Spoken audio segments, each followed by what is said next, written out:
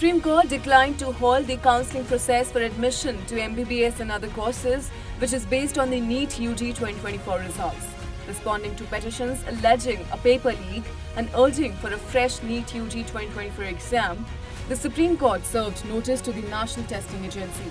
Justices Vikram Nath and Ehsanuddin Amanullah, presiding over a vacation bench, emphasized to the NTA that the exam's integrity had been compromised, stressing conducting the exam does not make it sacrosanct. Its sanctity has been undermined and we seek an explanation. Chaired by Justice Vikram Nath, the bench addressed the plea for NEET entrance exam cancellation, scheduling the next hearing for July 8 and notifying the NTA accordingly. Notably, a petition from Abdullah Muhammad Faiz and others in Andhra Pradesh urges the NEET exam's nullification, advocating for a reconduct and an investigation by a special investigation team. Similarly, another petition submitted by student Shivangi Mishra and others urges the court to conduct a fresh NEET exam and halt counselling based on the June 4 results. Engineer Rashid, the recently elected independent MP from Baramulla, Jammu and Kashmir, has approached Delhi's Patiala House Court to request interim bail for his oath-taking ceremony as a Member of Parliament. Currently detained in Delhi's Tihar jail on charges related to terror funding, Rashid managed to secure victory over National Conference leader Omar Abdullah by approximately 2 lakh votes while in jail. Additional Sessions Judge Chandrajit Singh of Patiala House Court has directed the National Investigation Agency to respond to Engineer Rashid's bail plea. Rashid's legal representative informed the court that he seeks interim bail or custody parole specifically to fulfill his parliamentary duties, including taking the oath of office. During the proceedings, the NIA mentioned that the notification for MP's oath-taking has not been issued yet, prompting the court to schedule further hearings on the matter for June 18. A session took place in the MP-MLA court of Ranchi on Tuesday concerning objectionable remarks made by Rahul Gandhi, then President of Congress, towards the former National President of BJP, Amit Shah, in 2018.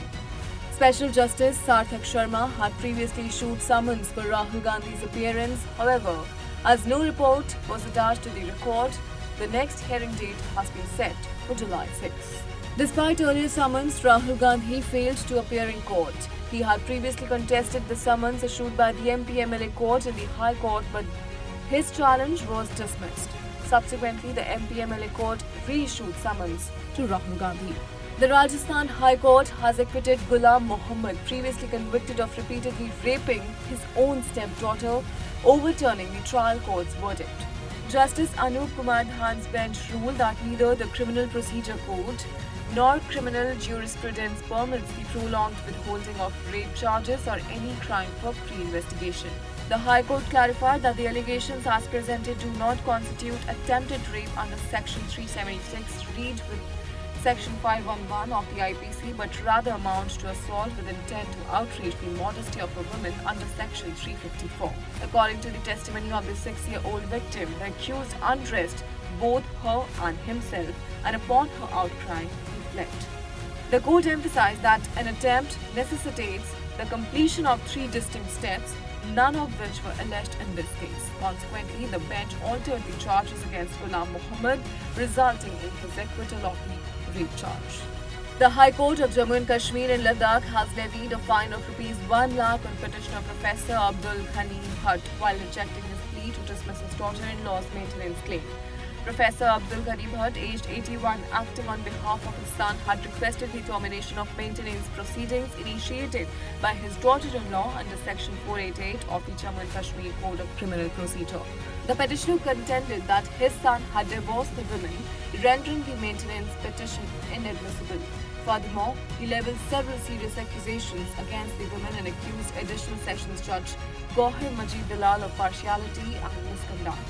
The court strongly rebuked the petitioner for making entirely false allegations. Justice Sanjeev Kumar condemned the petitioner's language as abusive and unacceptable in any civilized society, remarking that the allegations only reflect the petitioner's derogatory attitude towards women, particularly his daughter-in-law. Consequently, the court dismissed the petition and imposed a fine of ₹1 lakh. The petitioner was directed to deposit the fine within 4 weeks with a warning of consequences should he fail to comply with the order.